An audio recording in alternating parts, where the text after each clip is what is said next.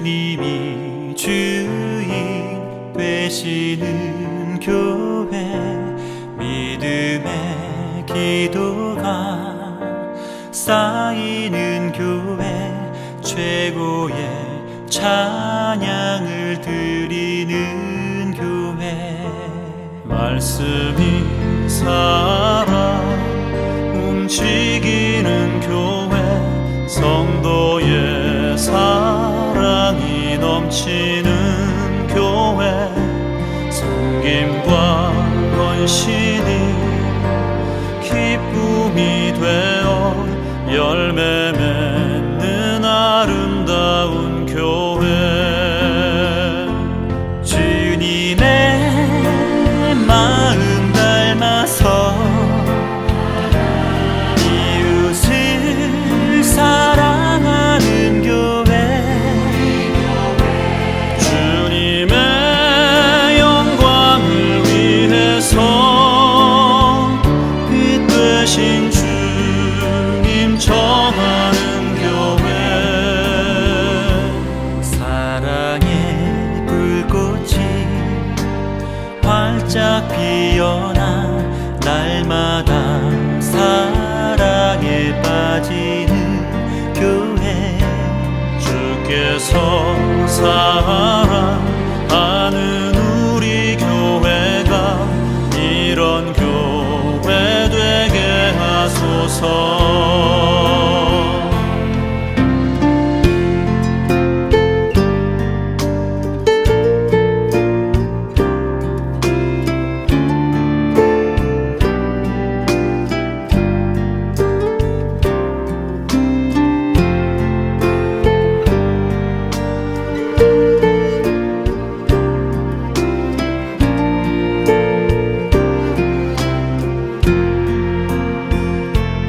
말씀이 살아 움직이는 교회, 성도의 사랑이 넘치는 교회, 섬김과 헌신이 기쁨이 되어 열매 맺는 아름다운 교회. 주님의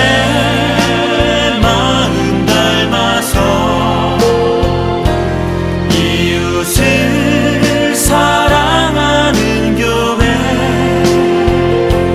주님의 영광을 위해서 빛 되신 주님 전하는 교회, 주께서 사랑하는 우리 교회가 이런 교회 되게 하소서. 주님의 마음 닮아서 이웃을 사랑하는 교회, 주님의 영광을 위해서 빛 되신 주님 전하는 교회.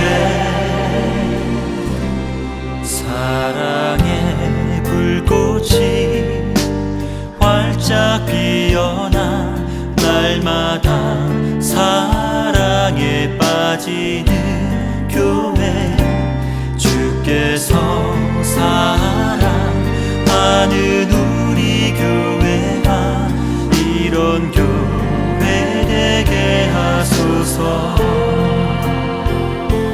주께서 사랑하는 우리 교회가 이런 교회 되게 하소서. 이런 교회 되게 하소서. 이런 교회 되게 하소서.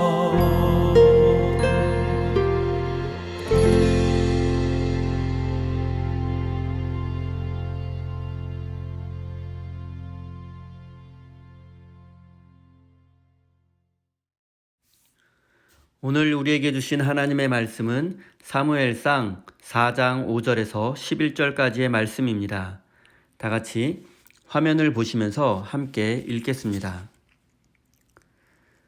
주님의 언약궤가 진으로 들어올 때에 모든 이스라엘 백성이 땅이 진동할 정도로 크게 환호성을 올렸다.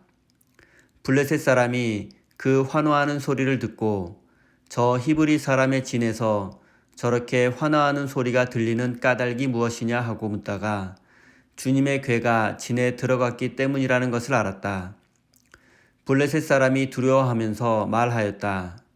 이스라엘 진에 그들의 신이 들어갔다. 그래서 그들은 외쳤다. 이제 우리에게 화가 미쳤다. 일찍이 이런 일이 없었다. 우리에게 화가 미쳤는데 누가 저 강력한 신의 손에서 우리를 건질 수가 있겠느냐. 그 신들은 광야에서 온갖 재앙으로 이집트 사람을 쳐서 죽게 한 신들이다. 블레셋 사람들아, 대장부답게 힘을 내어라. 그렇지 않으면 히브리 사람이 우리의 종이 되었던 것처럼 우리가 그들의 종이 될 것이다. 너희는 대장부답게 나가서 싸워라. 그런 다음에 블레셋 사람이 전투에 임하니 이스라엘이 져서 제각기 자기 장막으로 달아났다. 이스라엘은 이때에 아주 크게 져서 보병 3만 명이 죽었다. 하나님의 궤를 빼앗겼고 엘리의 두 아들 홈니와 비느하스도 이때 전사하였다. 아멘. 하나님께서 이 말씀을 통하여 우리에게 은혜 주시기를 원합니다. 하나님의 크신 사랑과 은총이 여러분의 삶에 함께 하시기를 빕니다. 오늘은 빼앗긴 언약궤라는 제목으로 함께 하나님의 말씀을 나누겠습니다. 오늘 본문 말씀에는 블레셋과 이스라엘의 전쟁 이야기가 기록되어 있습니다. 블레셋은 당시로서는 최첨단 무기였던 철제 무기로 무장했으며 여러 번의 실전 경험을 갖춘 정예의 군대였습니다. 그리고 그들은 영토를 확장하기 위해서 이스라엘 마을들을 침략하게 되었고 결국에 이스라엘과 큰 전쟁이 벌어지고 말았습니다. 당시 이스라엘 군대의 무기 수준과 군사훈련 수준은 형편없었습니다. 칼과 창패 그리고 방패를 비롯한 무기를 갖춘 군사들의 숫자도 적었으며 이따에도 대부분 청동으로 만든 무기였습니다. 또한 이스라엘은 상비군 제도가 없었기 때문에 제대로 된 군사훈련도 받지 못했으며 강력한 군사 지휘관 또한 없는 상황이었습니다. 이런 상황에서 블레셋과 이스라엘은 샤론 평야에서 큰 전투를 치르게 되었습니다. 첫 번째 전투에서 블레셋은 이스라엘 군사 약 4,000명을 죽이고 승리를 거두게 되었습니다. 그리고 오늘은 두 번째 전투를 자세히 살펴보겠습니다. 결과를 먼저 말씀드리면 이 전투에서 이스라엘 군사 약 3만 명이 희생당했고 제사장 홈니와 비느하스도 전사했습니다. 그리고 언약궤마저 블레셋 군대에 빼앗기고 말았습니다. 당시 이스라엘 12지파를 이끌었던 장로회는 언약궤를 앞세워 싸운다면 반드시 승리할 수 있다고 믿었습니다. 또한 백성들은 언약궤가 전쟁터에 도착하자 기뻐하며 박수를 쳤습니다. 하나님을 떠나 우상 숭배에 빠진 자신들의 모습을 되돌아보지 못하고 언약궤가 우리 손에 있으니 승리할 수 있다고 믿었던 것입니다. 하지만 결과는 참담한 패배였습니다. 하나님은 언약궤 안에 갇혀있는 하나님이 아니었기 때문입니다.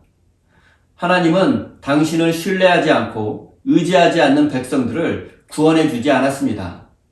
하나님은 알라딘의 마술 램프에 등장하는 램프의 요정 지니가 아닙니다.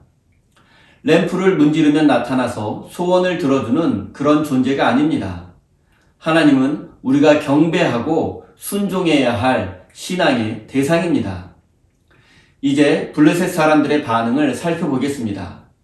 블레셋 군대는 이스라엘 군대가 언약궤를 앞세워 싸울 것이라는 이야기를 듣고 모두 두려움에 빠지고 말았습니다. 당시 고대 근동 지역에서 하나님의 별명 중에 하나가 바로 전쟁의 신이었습니다. 왜냐하면 출애굽 과정과 광야 생활 40년 그리고 가나안 정복 전쟁에서 하나님을 섬기는 이스라엘 백성들이 기적적인 승리를 많이 거두었기 때문입니다. 그리고 블레셋 사람들도 전쟁의 신 하나님에 관한 이야기를 듣고 잘 알고 있었습니다. 그래서 블레셋 사람들은 하나님의 임재의 상징인 언약궤로 인해서 두려움에 빠지고 말았습니다. 9절 말씀입니다. 블레셋 사람들아, 대장부답게 힘을 내어라. 그렇지 않으면 히브리 사람이 우리의 종이 되었던 것처럼 우리가 그들의 종이 될 것이다. 너희는 대장부답게 나가서 싸워라. 블레셋 사람들은 이스라엘의 하나님을 두려워했지만 포기하지 않았습니다. 오히려 그들은 용기를 냈고 자유를 위해서 싸웠습니다. 블레셋 군대의 장군은 군사들을 향해서 대장부답게 힘을 내어라. 만약 우리가 그들에게 진다면 우리와 우리의 가족은 모두 이스라엘의 종이 될 것이다. 그러니 대장부답게 용기를 내어 싸우라고 격려했습니다. 지난주에 블레셋 사람들은 그리스에서 이주해온 사람들이라고 말씀드렸습니다. 그리스 사람들의 가장 큰 특징 중에 하나가 바로 자유를 중요시하며 자유를 위해서라면 모두가 한마음으로 목숨을 걸고 싸운다는 점입니다. 영화 300을 통해서 잘 알려진 스파르타의 왕 레오니다스가 페르시아 군대와의 전투를 앞두고 스파르타 군사들에게 한 연설의 내용은 블레셋 장군이 이스라엘 군과의 전투를 앞두고 블레셋 군사들에게 한 연설과 내용이 매우 비슷합니다. 그 내용을 잠시 소개하겠습니다. 여러분은 자유인으로 폭군과 싸우기 위해서 여기에 왔습니다. 여러분은 자유인입니다. 자유가 없다면 무슨 의미가 있겠습니까? 새파란 공포가 얼음 같은 손가락으로 그들의 심장을 부여잡고 있습니다. 그들은 여러분의 칼과 창이 가져올 공포와 고통을 잘 알고 있습니다. 대장부가 되어 싸우십시오. 간단히 말씀드리면 자유를 위해서 용기를 내어 대장부처럼 싸우라는 것입니다. 이 블레셋 장군의 연설을 통해서 군대의 사기는 충천했고 모두가 용기를 내어서 싸우게 되었습니다. 그리고 결과는 블레셋 군대의 대승이었습니다. 앞서 말씀드렸던 것처럼 이스라엘 군사 3만 명이 희생당했고 제사장 홈니와 비느하스도 전사했으며 하나님의 언약궤마저 빼앗기고 말았습니다. 전쟁에서 패할 수도 있고 많은 군사들이 희생당할 수도 있습니다. 그런데 어떻게 언약궤까지 빼앗길 수 있습니까? 언약궤는 하나님의 임재의 상징입니다. 그곳에는 모세가 하나님으로부터 친히 받은 10계명이 새겨진 돌판이 담겨 있습니다. 당시 고대 근동 사회에서는 각 나라와 민족마다 섬기는 신들이 있었습니다. 그리고 당시의 전쟁은 나라와 나라의 전쟁이라기보다는 신들의 전쟁이었습니다. 그러니까 블레셋과 이스라엘의 전쟁은 블레셋의 신 다곤과 이스라엘의 하나님과의 대결이었던 것입니다. 그리고 블레셋 사람들은 전쟁에서 승리한 후에 언약궤를 가져갔습니다. 당시 전쟁에서 승리한 민족은 패배한 민족의 신상을 빼앗아가서 자신들의 나라에 보관하는 관습이 있었습니다. 이것은 우리의 신이 상대방의 신보다 강하고 힘이 있음을 상징적으로 보여주는 것입니다. 이런 관습에 따라서 바벨론이 남유다를 정복한 후에 예루살렘 성전의 성전 집기들을 가져갔습니다. 이스라엘에는 하나님의 형상, 신상이 없기 때문에 성전에 있던 물건들을 빼앗아 간 것입니다. 전쟁에서 패하고 언약궤까지 빼앗긴 것을 우리는 어떻게 이해해야 합니까? 우리는 이 사건을 하나님의 패배라고 생각해서는 안 됩니다. 사무엘서 기자는 언약궤를 빼앗긴 것이 아니라 언약궤가 스스로 이스라엘을 떠나 블레셋 진영으로 넘어갔다는 뉘앙스로 말하고 있습니다. 블레셋의 다곤 신이 힘이 강하고 블레셋 사람들이 대장부답게 용기 있게 싸워서 승리한 것이 아니라는 것입니다. 하나님이 힘이 없어서 패배한 것도 아니라는 것입니다. 하나님은 이 전쟁에서 일부러 져 주신 것입니다. 왜냐하면 우상 숭배에 빠진 이스라엘을 심판하기 위해서입니다. 영적 지도자 엘리 제사장과 그의 아들들은 하나님의 것을 도둑질할 정도로 타락했습니다. 또한 백성들은 욕망과 욕심을 무한정 추구하도록 부추기는 가나안 우상들에게 마음을 빼앗겼습니다. 그리고 하나님은 이런 상황을 더 이상 지켜만 보고 기다리실 수 없었습니다. 그들을 심판하고 새로운 이스라엘을 만들고 새로운 지도자를 세우기 위함입니다. 하나님이 능력이 없어서 패한 것이 아니라 하나님은 새로운 이스라엘이라는 큰 그림을 그리고 계셨던 것입니다. 전쟁의 패배라는 쓰라린 아픔을 통해서 다시 한번 회개할 수 있는 기회를 주시고 사무엘이라는 새로운 지도자를 세워서 하나님만을 섬기는 이스라엘을 만드시려는 것이 하나님의 계획입니다. 때로 인생을 살아가다 보면 우리가 넘어지고 쓰러지고 아파하고 패배하는 것이 하나님의 뜻인 경우가 있습니다. 하나님은 우리가 넘어지고 쓰러질 때 우리를 손잡아 일으켜 세워 주실 것입니다. 우리가 아파할 때 고쳐주시고 회복시켜 주실 것입니다. 우리가 실패하고 패배했을 때에는 오뚜기처럼 다시 일어나게 하시고 승리를 주실 것입니다.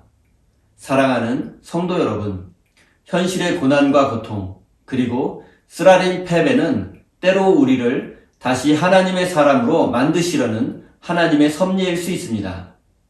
인생의 위기는 우리에게 더 큰 은혜를 베푸시려는 하나님의 계획일 수 있습니다.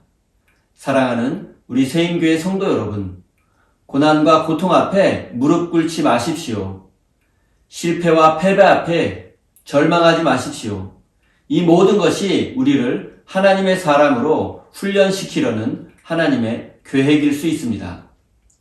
더 큰 축복을 주시려는 하나님의 섭리일 수 있습니다. 하나님의 사랑과 섭리는 우리보다 더 크고 넓고 깊다는 사실을 기억하십시오. 이해할 수 없는 인생의 위기와 고난 앞에서도 끝까지 하나님을 신뢰하는 참된 믿음의 사람이 되시기를 예수님의 이름으로 축원드립니다. 우리 다 함께 주신 말씀 가슴에 새기며 기도의 자리로 나아가겠습니다.